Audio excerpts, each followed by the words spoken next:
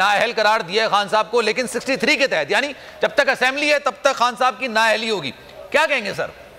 سر جی یہ فیصلہ بھی عمران خان کے عوامی سوچ کے حق میں جائے گا. انہوں نے قوموں سے مٹی اتاری ہے، ملک الیکشن کی طرف جا رہا ہے، آرمی چیف ریٹائر ہونے جا رہے ہیں اور نئے آرمی چیف کا بھی فیصلہ ہو جائے گا، اور جو یہ سوچ رہے تھے وہ نہیں ہوگا.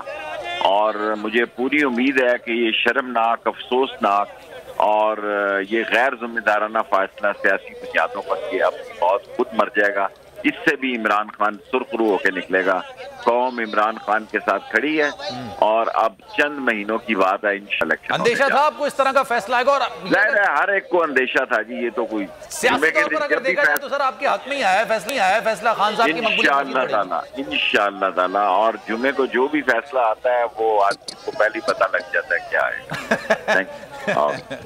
چلیں شیخ صاحب ہمارے ساتھ موجود تھے. سمیر ابراہیم صاحب، سر فیصلہ تو آ چکا ہے، اجلاس بھی بتایا جا رہا ہے بنی گالہ میں اب سے کچھ دیر بعد شروع ہوگا، اور ظاہر سی بات ہے قانونی پہلو الگ ہوں گے.